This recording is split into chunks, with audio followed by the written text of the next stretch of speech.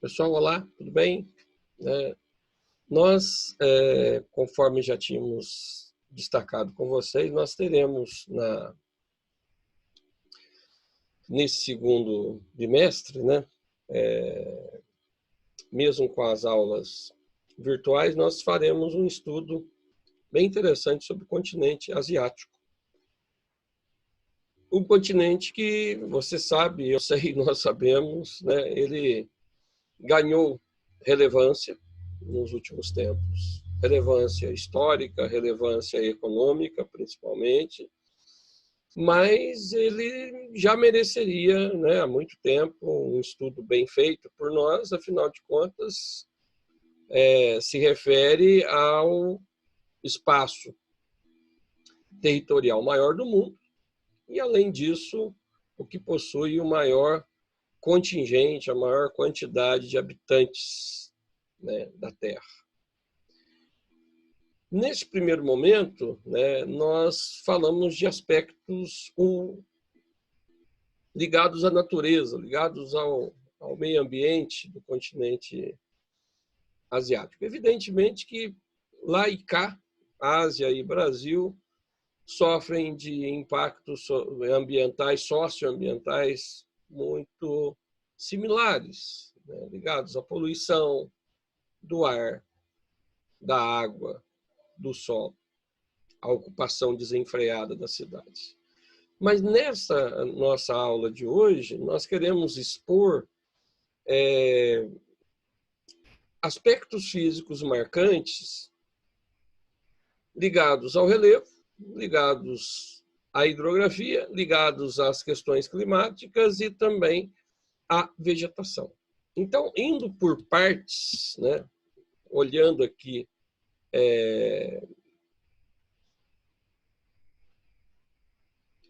o que nós vamos observar agora, nós temos aqui, a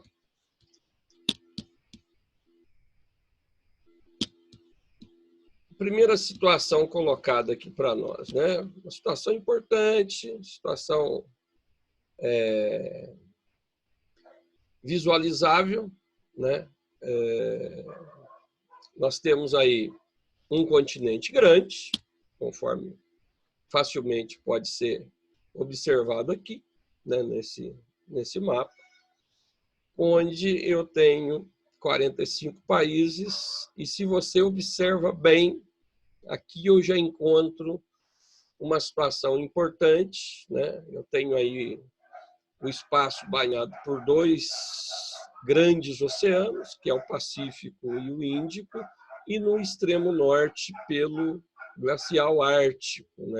O Oceano Glacial Ártico tem alguns autores falando aí que seria um mar, mas a maioria deles analisam o Ártico como oceano, ainda mais agora que está derretendo, com possibilidades econômicas marcantes nas próximas décadas. Temos ainda alguns mares, que você observa, o Mar Cáspio, o Mar Vermelho, o que sobrou do Mar de Aral, a fronteira com a Europa pelo Mar Mediterrâneo, pelo Mar Negro, vários arquipélagos que você está vendo aí também, o arquipélago japonês, o arquipélago filipino, e um dos maiores arquipélagos do mundo, provavelmente o maior, que é a Indonésia, com suas 18.500 ilhas. Filipinas tem um pouco menos, tem em torno de 7.000 ilhas. Então, esse espaço marcado por um relevo que nós já vimos aí no outro material, um relevo bastante diversificado, onde eu tenho aqui a área mais alta, o topo do mundo, o Himalaia, e aqui áreas planáuticas, nem tão alto nem tão baixo, e o que está em verde aqui são as planícies, áreas muito baixas, terreno menos acidentado, cuja presença humana, região do Ganges, região do amarelo, do azul, muito forte. A altitude é um fator climático também marcante, que acaba fazendo com que o continente asiático tenha, na sua formação, uma situação onde, por exemplo, as massas de ar, elas têm uma relação grande com a altitude, conforme você vai ver aqui, ó. Tá? Quem que é a barreira aqui que vai impedir que as massas de ar dos polos, as massas de ar polares frias, cheguem até aqui? O Himalaia. Da mesma forma, o Himalaia ele impede que massas de ar quentes e úmidas, as monções que estão aqui, elas cheguem até o centro e o norte do continente asiático, né? Então, é importante relacionar a altitude a essa circulação de massas de ar no continente asiático. Essa circulação de massas de ar, essa altitude também está ligada ao fator água, que você está vendo aí, né? Olha o Himalaia aqui, ó, nas nascentes dos grandes rios que circulam pelo continente, né?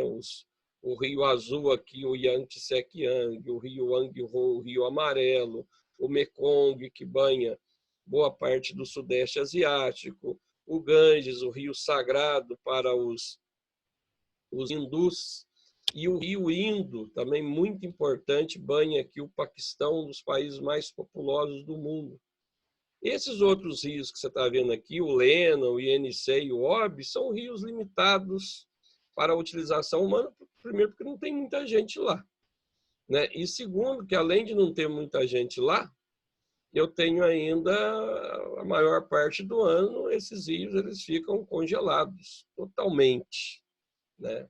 Dificultando a presença humana. A região da Sibéria, que já foi abordada, aqui o Lago Baikal, né? Aqui os dois rios que banham aí o Mar de Aral, que o ser humano detonou esses dois rios, e o Mar de Aral fez o quê? Diminuiu. E aqui a região da Mesopotâmia, que envolve o Tigre e o Eufrates. Certo? Continente grande, continente diverso. Continente com área com muita água, área seca. Aqui você vai perceber que daqui a pouco aqui vai ter deserto, aqui vai ter deserto também. Então, né? Espaços muito diversificados, espaços com tipos climáticos muito variados, né? Nós vimos isso já na Europa, acabamos de ver isso na África, só que a África não vai ter tanto extremo de frio, ao contrário do continente asiático, onde eu encontro o quê? O polar, onde eu encontro o frio de montanha que está aqui, né? Espaços com temperaturas muito baixas, espaços com temperaturas de amplitude térmica muito grande. Aqui o temperado continental, que pode ser calor durante o verão, mas é um frio danado durante o inverno, né? O Mediterrâneo, que nós já estudamos aqui, né? Estou lembrando aí do filme O Milagre da Cela, que se passa na Turquia, né? Turquia é espaço dominado aí pelo clima mediterrâneo, temperado mediterrâneo. Espaços mais úmidos, equatorial, tropical úmido, envolvendo aqui as áreas próximas à linha do Equador, tá?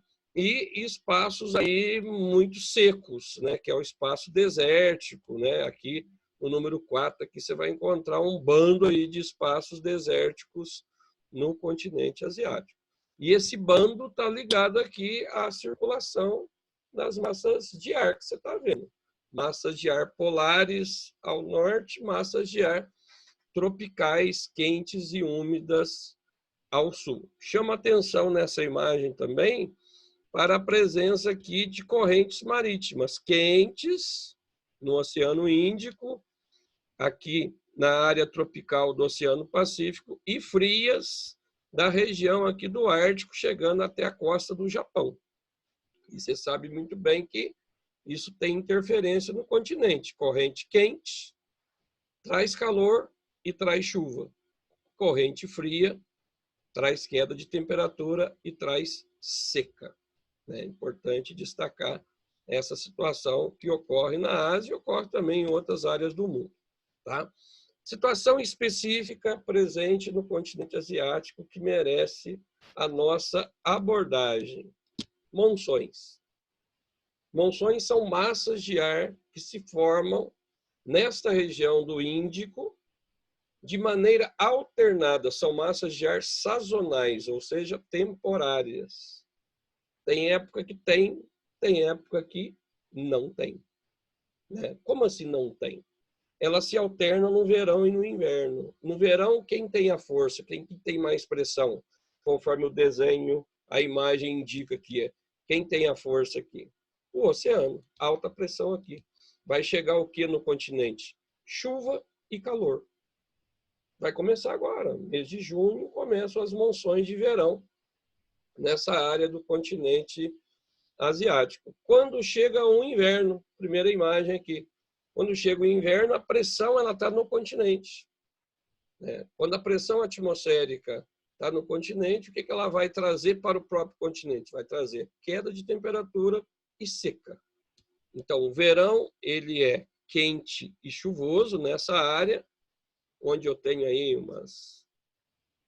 em torno aí de uns 2 bilhões de pessoas, mais ou menos, né? Quer dizer, quase 1/3 da humanidade vive aqui, mais de 1/4 da humanidade, e aqui no inverno eu tenho menores temperaturas, não chego a ser tão baixo porque eu estou perto do Equador, mas há uma queda de temperatura e principalmente escassez de chuvas. Percebe aqui que isso vai ter relação com a vida econômica, com a vida tradicional dessa região, por exemplo, ligado ao cultivo de arroz.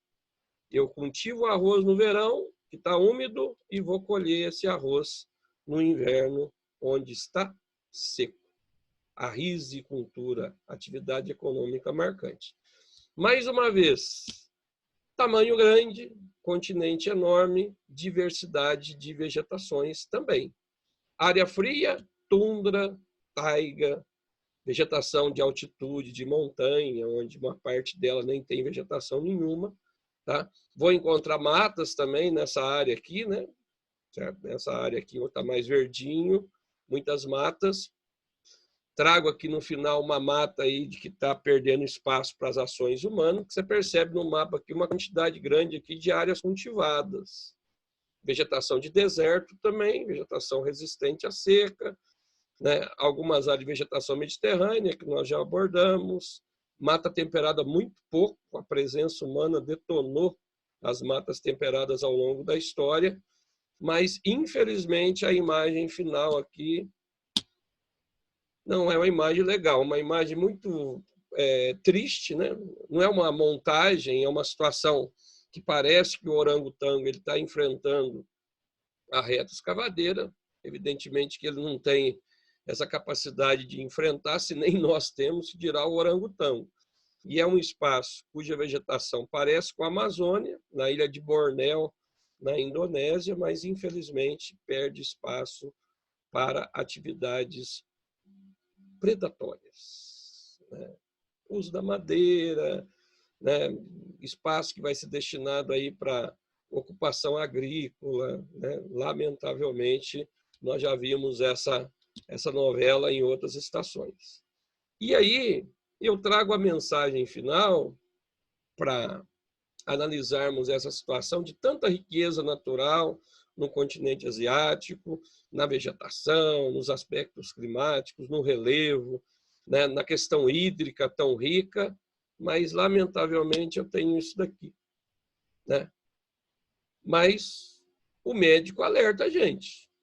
Né? O Deepak Chopra, o médico indiano, nascido, portanto, na Ásia.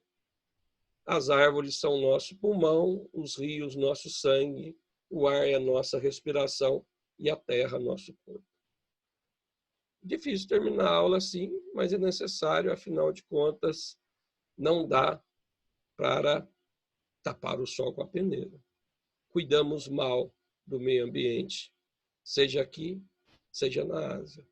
É tarefa do agora, do presente, tentar consertar esses pecados que vitimam não só o orangotango, mas diversas espécies animais e vegetais e também as nossas condições dignas e sustentáveis de vida. Né? É importante destacar que nós somos dependentes da natureza. Não tem como né, inverter o processo. A natureza depende da gente, né? Nós dependemos dela. Então, cuidar dos recursos naturais na Ásia ou em qualquer espaço do mundo é uma obrigação humana. Perfeito? Um abraço. Até a próxima.